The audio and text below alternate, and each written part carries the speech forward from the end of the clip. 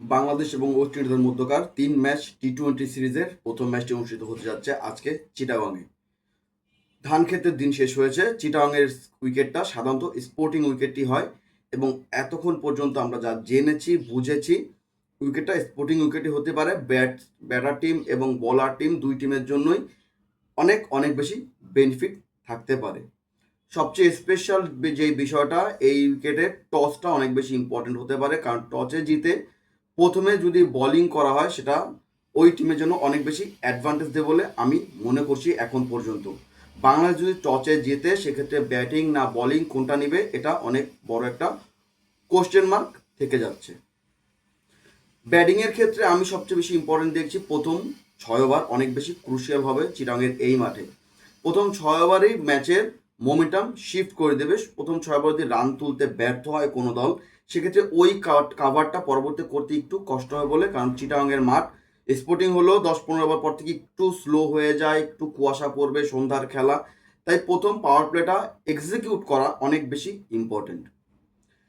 মূল বিষয় যেটা একাদশ, বাংলাদেশের একাদশ এই ম্যাচে কেমন হতে যাচ্ছে বা হতে পারে, যতটুকু খবর পেয়েছি ড্রেসিং রুমে একটা শোরগোল অবস্থা।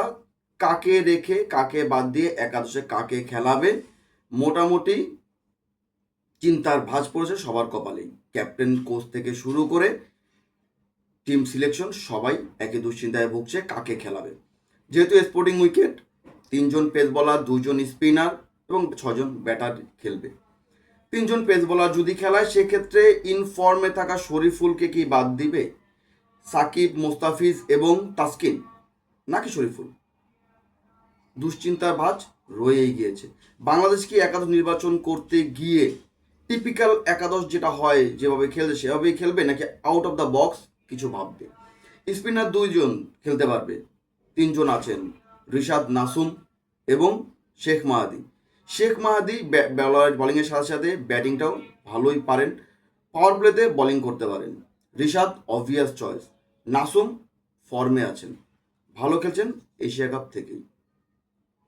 5 এবং 6 দুশ্চিন্তার জায়গা, সেখানে লড়বেন 3জন, শাইম হোসেন পাটোয়ারি, নুরুল হাসান সোহান এবং জাকির আলী অনিক। স্পট 2টা।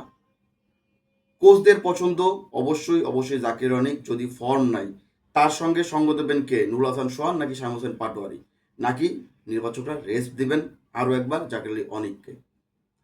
ওপেনিং স্লটের জন্য মারামারি 3জনের, লিটন, দুঃখিত, তানজিদ তামিম, পারভেজ ইমন এবং সাইফ হাসান। সাইফ হাসান যথেষ্ট ভালো ফর্মে আছে, বাট টিপিক্যাল বর্তমানে বাংলার সবচেয়ে ভালো টি-20 ওপেনিং পেয়ার ইমন এবং তানজিদ তামিম।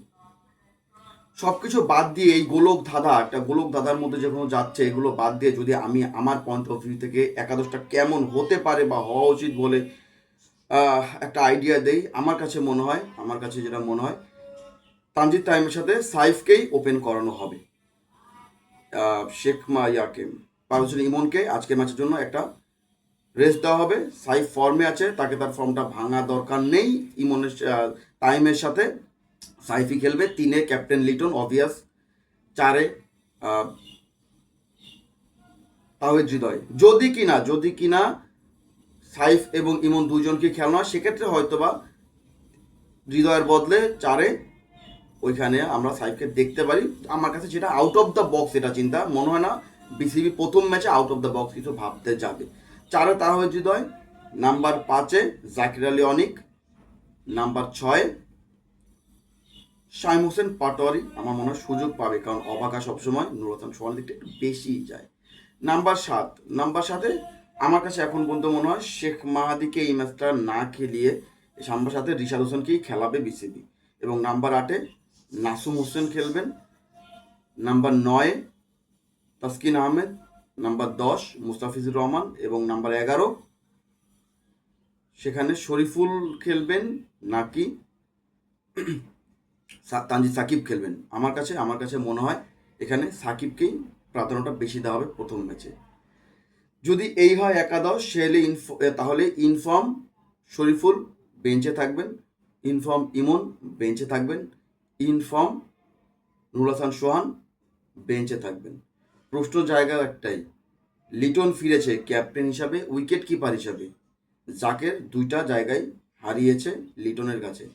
একাদশ কি জায়গা পাবেন, নাকি জায়গা হারাবেন নুর হোসেন সোহানের কাছে? আপনাদের কি মনে হয় অবশ্যই কমেন্টস করে জানাবেন। আসসালামু আলাইকুম।